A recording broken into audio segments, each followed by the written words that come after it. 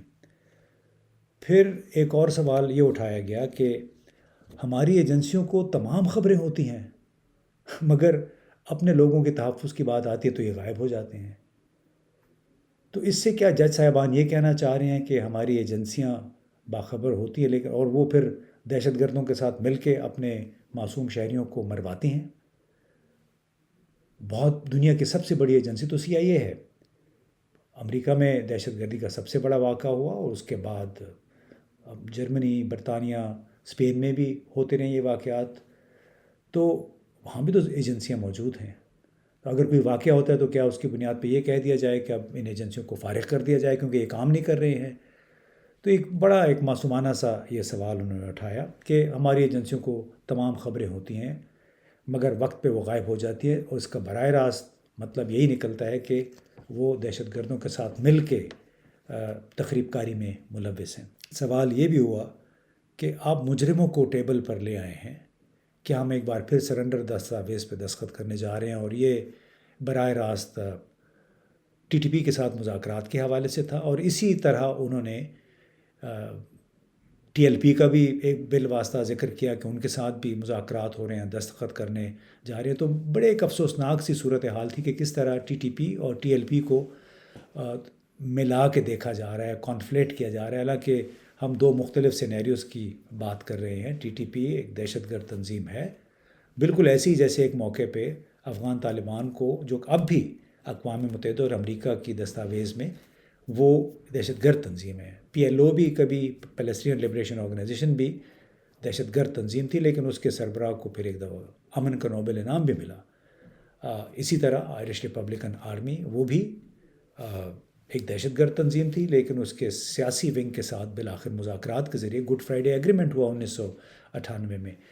تو معزز جج صاحبان نے، میں سمجھتا ہوں، بعض ایسے سوالات اٹھائے ہیں جن کا تعلق براہ راست حساس سیکیورٹی معاملات سے ہے، اور جن کے جوابات صرف سیکیورٹی معاملات کو سمجھنے والے دے سکتے ہیں. اور اس کے لیے آپ اپنے حکومت وقت کو، وزیر اعظم کو، صدر کو یا آرمی چیف کو کٹہرے میں لا کے کھڑا نہیں کرتے، ان کے خلاف FIR نہیں کرتے. اگر اسی طرح بڑے اداروں کے لوگوں کے خلاف، حکمرانوں کے خلاف FIR کٹنی شروع ہو جائیں تو آپ خود ہی بتائیے کون پولیس والا، کون سرکاری افسر، کون وزیر اعظم اپنے فرائض انجام دے گا بلا خوف و خطر. اور ہمیں یہ ضرور ذہن میں رکھنا چاہیے، چاہے جج صاحبان ہیں، چاہے ہماری اپوزیشن ہے، کہ حساس نوعیت کے معاملات بہرحال انٹیلیجنس ایجنسیاں، سیکیورٹی ادارے ہی طے کرتے ہیں. انہی کی نگرانی میں یا انہی کی سپورٹ کے ساتھ یہ معاملات آگے چلتے ہیں. دنیا کے ہر ملک میں، کوئی پاکستان کوئی پیکولر، کوئی خاص مثال نہیں ہے. تو میری درخواست ہوگی عدلیہ سے بھی اور لوگوں سے بھی کہ تنقید برائے تنقید یا بغض معاویہ میں کسی ایک ادارے کو، کسی حکومت کے سربراہ کو اس طرح کٹہرے میں لا کے نہ کھڑا کریں جس طرح ہمارے پڑوسی ممالک دیکھنا چاہتے ہیں، ان کے خلاف کارروائی چاہتے ہیں. سیکیورٹی سے متعلق امور حساس نوعیت کے ہیں، اور اس کا بلا شبہ احتساب ہونا چاہیے، بلا شبہ پوچھ گچھ ہونی چاہیے، اس پہ کوئی کمپرومائز نہیں ہونا چاہیے. لیکن آپ یہ توقع نہ کریں کہ دہشت گردی کا ایک واقعہ ہو اور اس کے بعد تمام تر ذمہ داران افراد کو فارغ کر دیا جائے، ان کو سزائیں ملنی شروع ہو جائیں. ایسا کہیں بھی نہیں ہوتا ہے.